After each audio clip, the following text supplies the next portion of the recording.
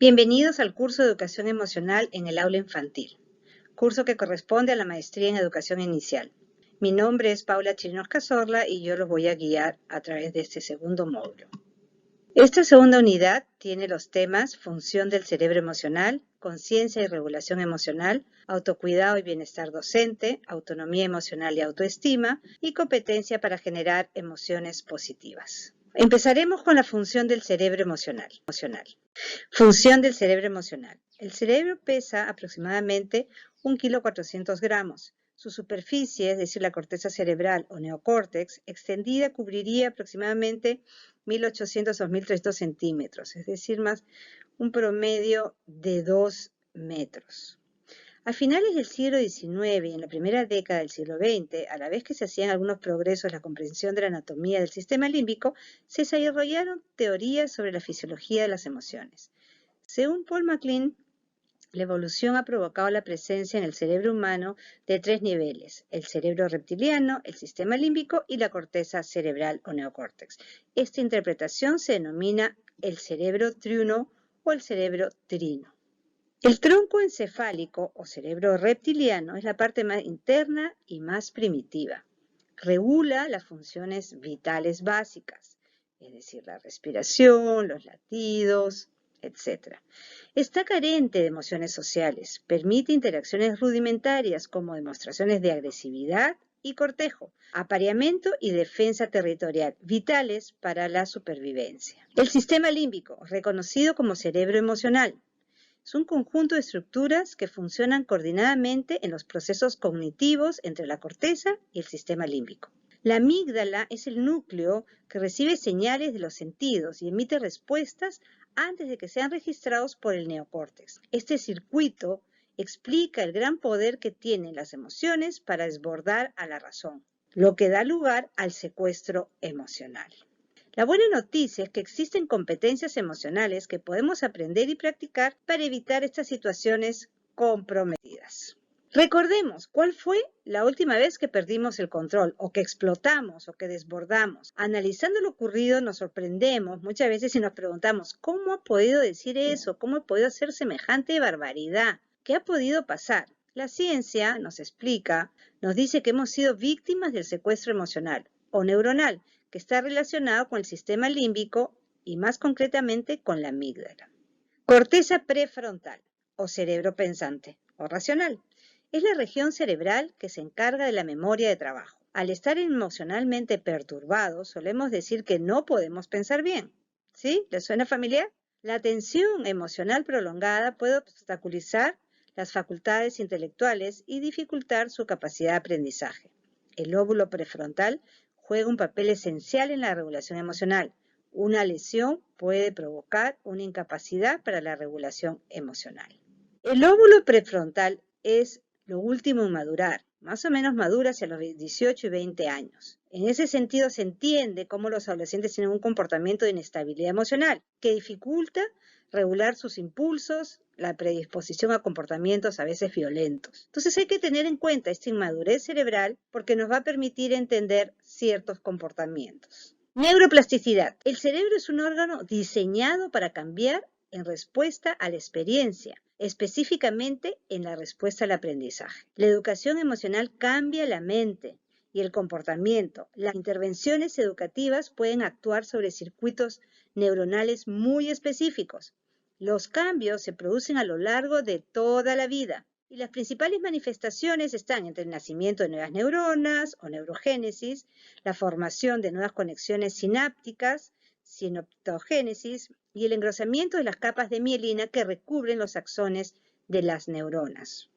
Neuronas, espejo y empatía. El cerebro de algunos mamíferos más complejos y sociales están dotadas de células especializadas que se le llaman neuronas espejo o el sistema especular. El cerebro puede simular internamente las acciones y emociones de otras personas. Podemos comprender los objetivos que tienen otras personas con las que interactuamos, facilitando así el surgimiento de la empatía, es decir, ponerse en el lugar del otro. Neuronas espejo, empatía y aprendizaje social. Las relaciones empáticas son necesarias para que la sociabilidad humana, la capacidad esencial para la adaptación social, permite anticipar el sentido de la acción del otro y sentir en nuestro propio cuerpo los sentimientos del otro. Es un papel importante en la capacidad de aprendizaje social. Podemos aprender por observación e imitación, ¿no es cierto? O sea, aprendemos de los demás, no necesariamente de nuestras propias experiencias. Unidad 2. Conciencia y regulación emocional. Es la capacidad para tomar la atención de las propias emociones y de las emociones de los demás, y además del clima de un ambiente específico. La conciencia contribuye a dar un sentido y un significado a la existencia humana y a la existencia del universo. Una persona tiene la habilidad de tomar conciencia de los acontecimientos, percibir, sentir y conocer lo que nos rodea. Es el estado de ser consciente de algo, a la toma de conciencia de sí mismo, autoconciencia. Muchas veces vivimos en automático y no nos damos cuenta que estamos en el aquí y el ahora y haciendo algo específico. La conciencia emocional es la autoobservación y la observación del comportamiento de las personas que nos rodean. Es la comprensión de la diferencia entre pensamientos, acciones y emociones, las causas y consecuencias de las emociones y su intensidad. Nosotros podemos medir cuáles son las consecuencias de nuestras emociones y medir la intensidad de estas. Manejar el lenguaje de las emociones, verbal, no verbal, tener un vocabulario emocional, etiquetar las propias emociones, capacidad para implicarse empáticamente en las experiencias emocionales de los demás. Regulación emocional. La regulación emocional es el elemento esencial para la educación emocional. Es la capacidad para manejar las emociones de forma apropiada, de regular. Supone tomar conciencia de la relación entre la emoción, cognición o pensamiento y el comportamiento. Tener una buena estrategia de afrontamiento y capacidad para autogenerarse emociones positivas. Asimismo, tenemos la expresión emocional de forma apropiada. Es el estado emocional interno, no necesita corresponder con la expresión externa. Comprender el impacto de nuestras propias emociones en los demás. Regulación emocional, autocontrol de la impulsividad, es decir, de la ira, de la violencia, de comportamientos de riesgo, y la tolerancia a la frustración, para prevenir estados emocionales negativos como el estrés, ansiedad o depresión. Habilidades de afrontamiento son estrategias de autorregulación que mejoran la intensidad y la duración de tales estados emocionales. Competencia para autogenerar emociones positivas.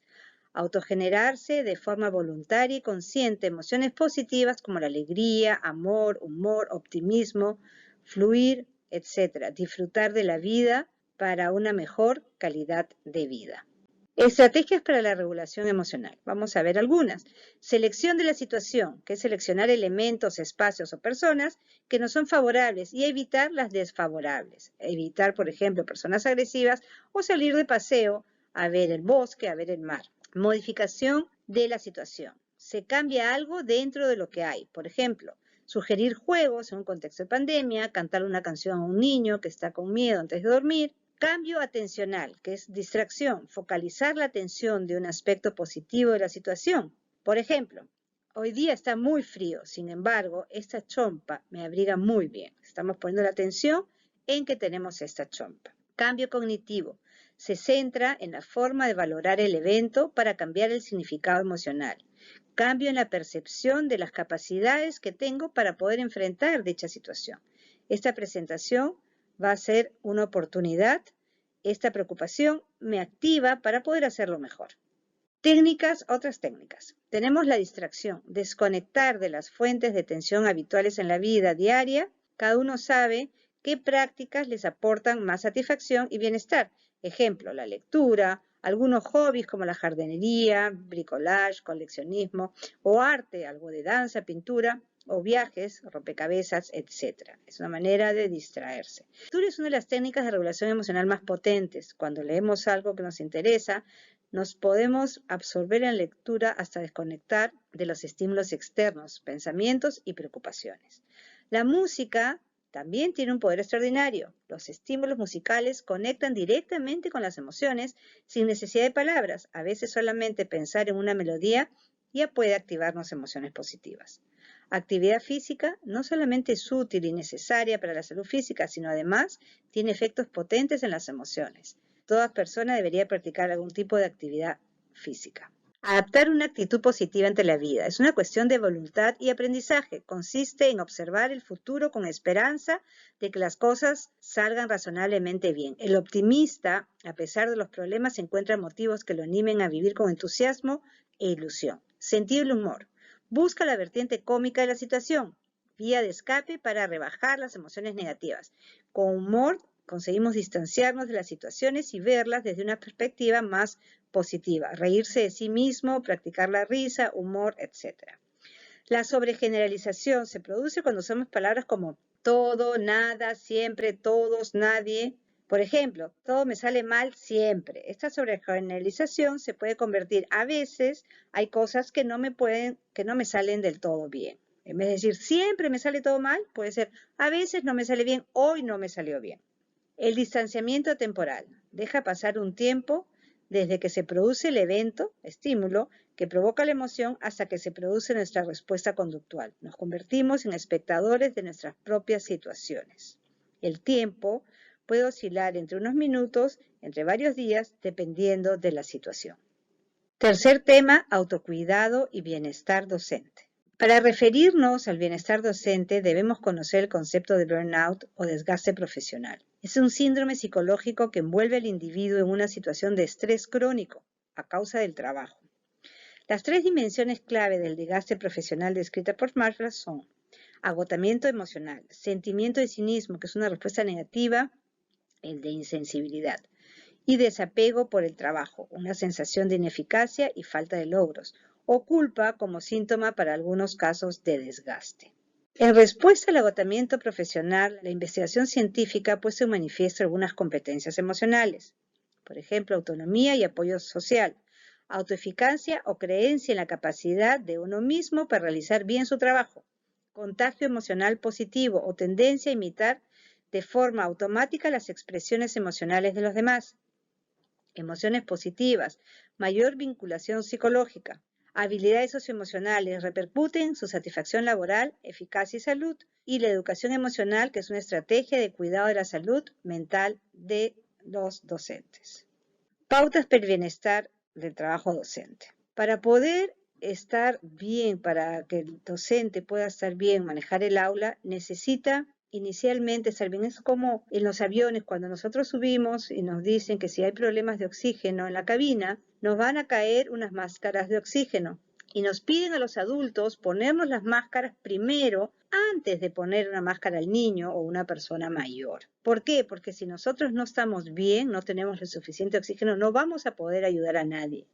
Entonces, primero estamos nosotros como docentes bien para luego poder manejar y tener un buen ambiente en el aula. Entonces, tener un estilo de vida saludable, ser consciente de las propias emociones, equilibrar los tiempos, trabajo, ocio, vida social y descanso, planificar el tiempo en su agenda, ser asertivo en las relaciones interpersonales, invertir en la amistad, cercanía e intimidad con otros, solicitar apoyo de los demás cuando nosotros lo necesitamos, afrontar los problemas de forma activa, buscando siempre soluciones y no culpables, ver la botella medio llena y no media vacía, y buscando de oportunidades y retos.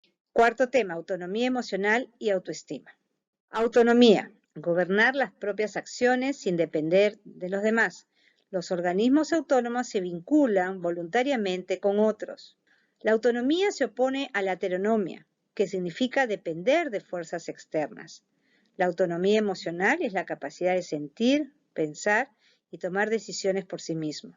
Se espera que los hijos adquieran autonomía respecto a sus progenitores y compañeros, autonomía de pensamiento, de comportamiento, como autonomía emocional. La autonomía emocional tiene microcompetencias que tenemos la autoestima, automotivación, autoeficacia emocional, responsabilidad, actitud positiva, análisis crítico de las normas sociales y resiliencia. La autoestima, entonces, es el valor que le damos al concepto que tenemos de nosotros mismos. El autoconcepto y la autoestima no son sinónimos. Si bien es cierto, se relacionan, el autoconcepto prima la dimensión cognitiva, ¿qué pienso de mí? Es un tema descriptivo, y la autonomía prevalece la valorativa, ¿cuánto me gusto? ¿Cómo soy? La autoestima es la forma habitual de pensar, amar, sentir y comportarse consigo mismo. Es la manera como nosotros nos referimos y nos tratamos. Es el resultado de la historia de cada persona, no es innata, es el resultado de lo que va sucediendo en el transcurso de la vida. Es dinámica, puede crecer, debilitarse y empobrecerse. ¿Cuáles son las características? Una persona con alta autoestima toma iniciativa. Una persona con baja autoestima no toma iniciativa. Afronta nuevos retos versus tener miedo. Valora sus éxitos versus no reconoce sus aptitudes. Sabe superar los fracasos versus acepta derrotas. Muestra tolerancia a la frustración versus poca tolerancia. Desea mantener relaciones con otros versus miedo a relacionarse con los demás. Es capaz de asumir responsabilidades versus miedo a tomar responsabilidades. Y actúa con independencia y con decisión propia versus falta de autonomía. Condiciones que favorecen la autoestima: la vinculación, esa satisfacción del niño al obtener vínculos con los demás. Singularidad, reconocimiento y respeto que el niño siente por sus cualidades y sus atributos, sintiéndose aprobado por los demás, por la familia principalmente. Poder, que el niño sienta que tiene la habilidad o capacidad de cambiar o modificar las circunstancias de su vida. Poder tener el control, aunque sean cosas pequeñas inicialmente. Pautas de guía, habilidad para elegir referentes de ejemplos humanos adecuados que le sirven para establecer sus escalas de valores, sus objetivos ideales y exigencias personales. Competencias para autogenerarse emociones positivas. Emociones positivas y negativas no significan malas y buenas. Significa que son positivas o negativas hacia nuestro bienestar. La motivación se organiza en torno a las dimensiones de apetitivas o evitativas, de acuerdo a nuestro aprendizaje. ¿Nos acercamos o nos alejamos? Existen situaciones que crean los conflictos motivacionales de atracción y evitación. Los sentimientos que no nos agradan nos llevan a intentar alejarnos de él, que no se vuelvan a repetir. Los que nos agradan generan emociones positivas, sentimientos agradables que nos gusta repetir y que se produjeran todas las veces posibles. Emociones positivas contribuyen a mejorar la forma de pensar, la salud física, resolver problemas, afrontar las dificultades de la vida, ampliar los repertorios de pensamiento y de acción, preparar para afrontar retos, estimular la creatividad, la solución de conflictos, etc. Experimentar emociones positivas tiene un efecto positivo en la convivencia y en el bienestar personal y social. Protegen frente a la depresión y a la ansiedad. La actitud positiva es la capacidad para decidir adoptar una actitud positiva ante la vida, a pesar de que siempre habrán motivos para que la actitud sea negativa. Repercute en la intención de ser bueno, justo, caritativo y compasivo. El optimismo constituye un estado emocional. La persona optimista espera resultados favorables y positivos en la vida. El ser optimista es un sentimiento positivo, la genuina alegría y la ilusión son los componentes indispensables para proteger la salud de un individuo.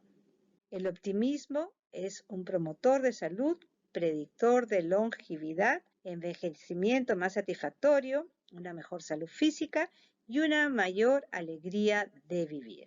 El objetivo de una educación es organizar las emociones de tal modo que podamos cultivar las mejores emociones y eliminar las peores. Es decir, se trata de potenciar las emociones positivas en detraimiento de las negativas, hasta neutralizarlas, ya que como seres humanos tenemos de ambos tipos. Muchas gracias por su atención.